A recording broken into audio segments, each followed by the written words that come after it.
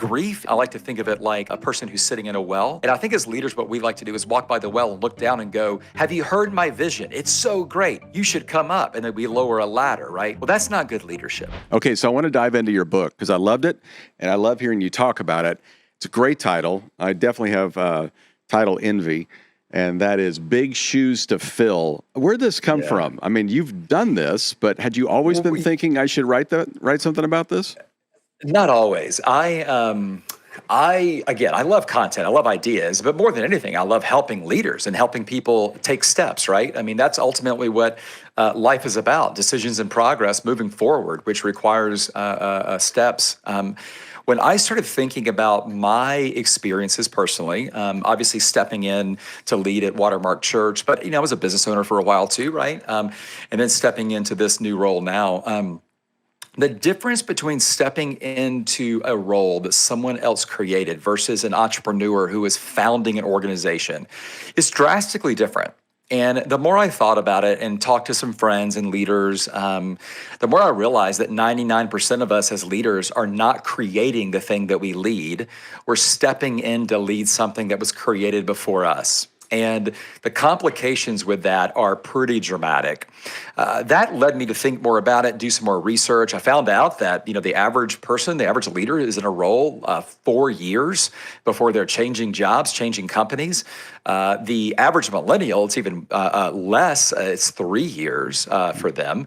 So when I began thinking about how can leaders expedite the process of stepping into a role, doing it well, moving from positional authority to relational influence, all the things that we want to do as leaders, as quickly as we can, as healthily as we can, for us, the team, the organization around us, that seems like something worth pursuing. Especially if we're going to be changing jobs this frequently. I mean, when I stepped in to be a senior pastor, I feel like it took me a year to get my real footing before I felt comfortable. I looked comfortable because, we have to fake that, right, until we feel it. But I wasn't comfortable the first week or two. It took me a while. And I thought if I was changing jobs every 3 to 4 years, and if it takes a year to get comfortable, well, that's 25%, 33% of my time that I'm not really leading well. So how can we expedite that? What are some strategies and some practical steps that leaders can take and teams and organizations can take on behalf of the leader? So that was really the impetus behind it. I thought it was an idea worth pursuing. Then I began talking to some really fantastic leaders who have gone before me and done way bigger, more impressive things than me, and realized how complicated it is to do this well. And so put all that together, that's kind of where the book came from. I love the clarification you make in the book about when you step into an organization, if you follow a not so great leader, the organization is sick. But if you follow a really great leader, the organization is sad. How do you flex into what kind of a leader you need to be in those two different situations? The challenge in all of these is you are replacing somebody, and the person you're replacing is not you. And they may have been beloved or bemoaned or somewhere in between, right? So when you step into these roles, you have to really have an accurate assessment of how the organization is doing and how they feel about the person that you're replacing. And the reason it's important is that there are some incredible tensions you have to manage, most of them personal tensions, because when you replace a beloved leader, you want to gain that love yourself. And so you're trying to one-up the person. You're trying to prove that you belong. You're trying to perform in a way that shows everybody that you can be beloved and all that as well. But it takes time to do that, right? And so it can't happen immediately.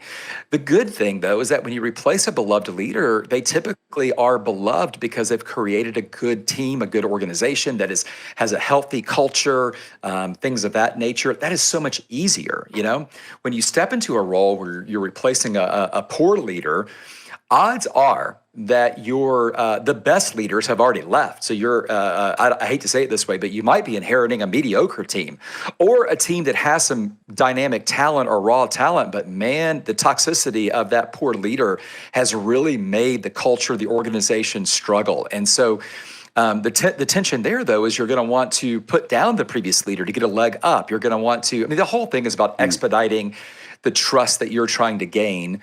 And the tension is so strong to do that well. Leaders too often do it the wrong way with the right hopeful outcome, but they're going about it all the wrong way and making it worse. And so what I tried to do in the book is take some time to illuminate what these tensions are going to be, regardless of the role you're stepping into and who you're following. Because again, in fact, on my website, I created 10 kind of companion guides because, if you're stepping into a pastoral role, that's different than a CEO of a Fortune 500 company, right? If you're being promoted from within the organization, or if you're coming in from outside the organization, these are different kind of tensions you have to understand. So I couldn't address all of that. We would have a 1,000-page textbook. So I've got some companion guides to help with it. But again, the understanding the team, the organization, and then specifically, what was that leader like?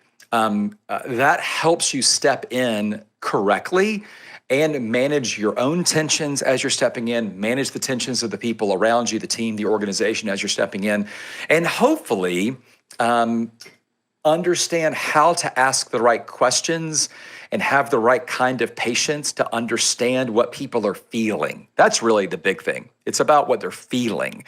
And the leader that you're replacing is creating what they're feeling. It's interesting in some situations that they're so glad that the old leader is gone, but now they don't know how to operate. It's kind of like, living with an alcoholic or something. You're glad they're sober, but now I don't know my place in this. It used to be to protect you or the family or whatever. How do you coach organizations or even a new leader into, you're going to inherit some people that they're thrilled you're there, but they don't know how to operate with anybody other than the type of leader they used to have? The funniest thing to me, or if there's a better word than funny, I don't know, but the funniest thing to me about organizational change or change of any kind is that even it's the, a bird in the hand is better than two in the bush, right? It's like people would prefer the bad that they know than the potential great that they don't understand yet. And that is true of every version of change. In section 3, I talk all about this change dynamic and the curve of change and the experience of it. But there's the key word here is probably loss, that every time we experience a change, we experience loss. And I don't know that we always understand that and the way that we handle loss is through grief. But if we don't understand we're losing something, we don't know that we need to grieve something, and therefore we end up having these ungrieved losses that haunt us forever. So when you think about it in an organizational world, Rusty, you've got let's say a poor leader is leaving and you're coming in to replace them. You assume everyone's going to be excited that you're there. But for all they know, you're worse than the previous person. They don't know. You know you're not. At least you think you're not. But you don't know. They don't know. So what they're losing, it's easy for us to think they're losing a bad leader, a poor leader, whatever we want to call it, and you're going to be much better. And hopefully that's true. But they don't know that yet. All they know is that they understand the system, the expectation. They understand what the bad leader wants, doesn't want. They know how to succeed, even if they don't like the person they're doing it for and with. So those are all losses. Losing comfort of what they even don't like is still a loss. And that's a complicated piece of this. And so as a new leader stepping in, one of the most important things we have to do is understand what are the team and then individually on the team, what people are losing. So we can help them process through that, which really does expedite their trust with us and with the team. How long do you give somebody to process all that? I know it's different for everybody. Sure. Us type A people that like schedules would like to say, okay, you get 90 minutes and then we're moving on. I mean, is there kind of a sliding scale of it's going to take some people X amount of time and then the grief should be at least processed or dealt with, and now we need to start dealing with results? Yeah, I think that's a fantastic question. When I was working on this change dynamic, so when I did my doctorate, I kind of did it on change because that's something I love and love studying and love being a part of. I was hoping that I would find an answer to that question that would be unequivocal and it would be 90 minutes. Here's the problem. It isn't that simple. But what I have found that I do think we can say unequivocally is that our job as leaders is to help people name the losses, because again, you can't change what you can't name, right? You can't fix what you can't name.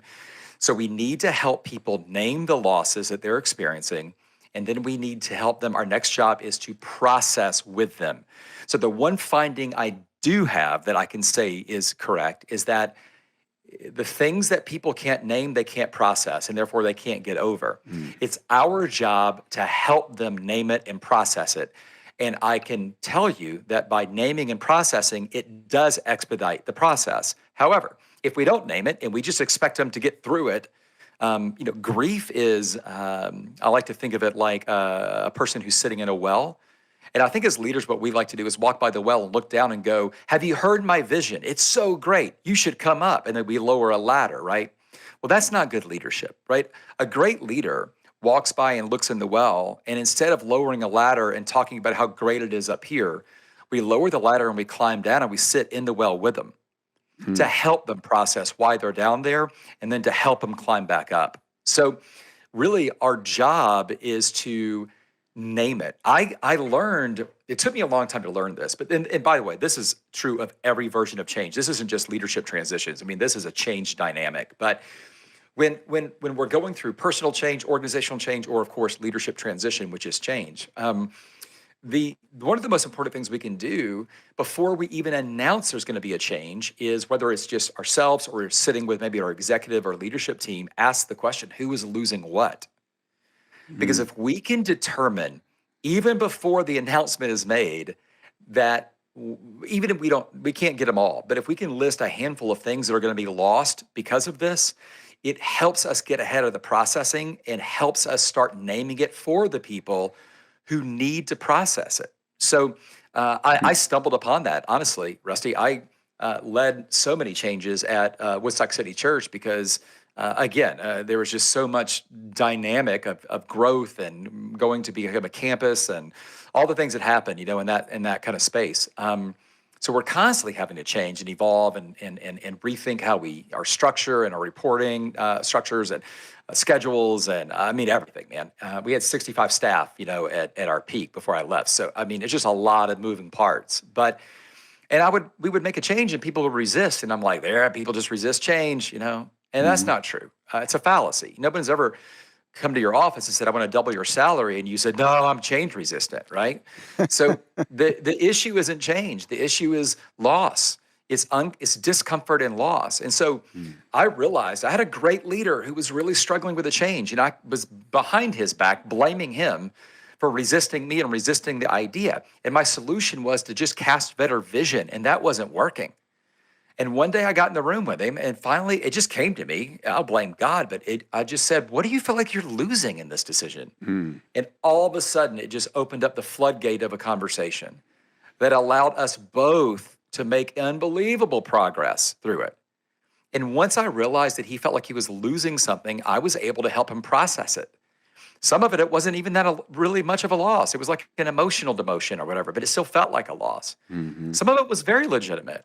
And I was able to understand why he was feeling that way. And now as a leader, help lead him better because I know why he's feeling that. So I could talk forever about that. I won't. But it's partially why I wrote the book, though, is because we just don't understand that. We don't understand what people are feeling when it comes to this grieving experience.